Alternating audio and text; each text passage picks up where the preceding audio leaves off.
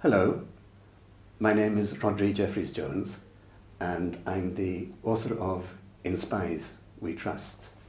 People ask me two questions about this book. Why did I take up this subject at all? History of secret intelligence is the first question. Now my godmother, Lily Pincus, who is a psychoanalyst, wanted to analyse me to see what it was that made me take up this strange subject. But rather more mundanely, what turned my attention to it was a conversation with my friend Rhodri Jeffreys-Jones, who was a postdoc at Harvard University when I was there as a postdoc myself. And he pointed me in the direction of the Somerset Maugham papers in the Sterling Library in Yale University. Somerset Maugham, you'll recall, was an English novelist of great distinction, and the person who told us to hold a bottle by the neck and the woman by the waist. He became a spy for both the Americans and the British, being paid by both at the time of the Bolshevik Revolution in Russia in 1917. So that was what originally triggered my interest.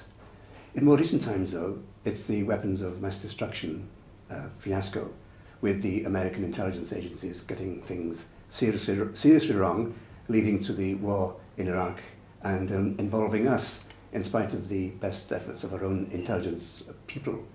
So I resolved to have a look at the whole history of the Anglo-American intelligence relationship, beginning in 1909 when they formed their main agencies, rising to its peak in the 1950s and then declining thereafter.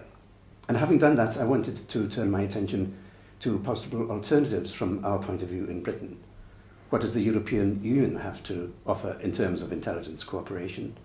And what does the United Nations have to offer us in terms of intelligence facilities that might be more objective than those operated by the Americans? The other question that people ask me about is, what sources did I use? And this is problematic as it is secret intelligence. One of the most interesting kinds of resource is oral history, and there's a fair amount of that in my book. It gets you away from the bureaucratic approach to intelligence history, which I think is quite sterile. But oral history can only be good for recent events, for contemporary history. So I've fallen back also on personal records, such as those of Ned Bell, who was the man who represented U1, the State Department's intelligence agency, in the First World War in Britain. And I wrote about his relationship with Admiral Hall, our main codebreaker in the Navy's Room 40. It was an interesting relationship. Eventually, Admiral Hall hoodwinked Ned Bell, and Ned Bell took the lesson back to America that they'd better build up their own resources, not quite trusting the British, but cooperating with them.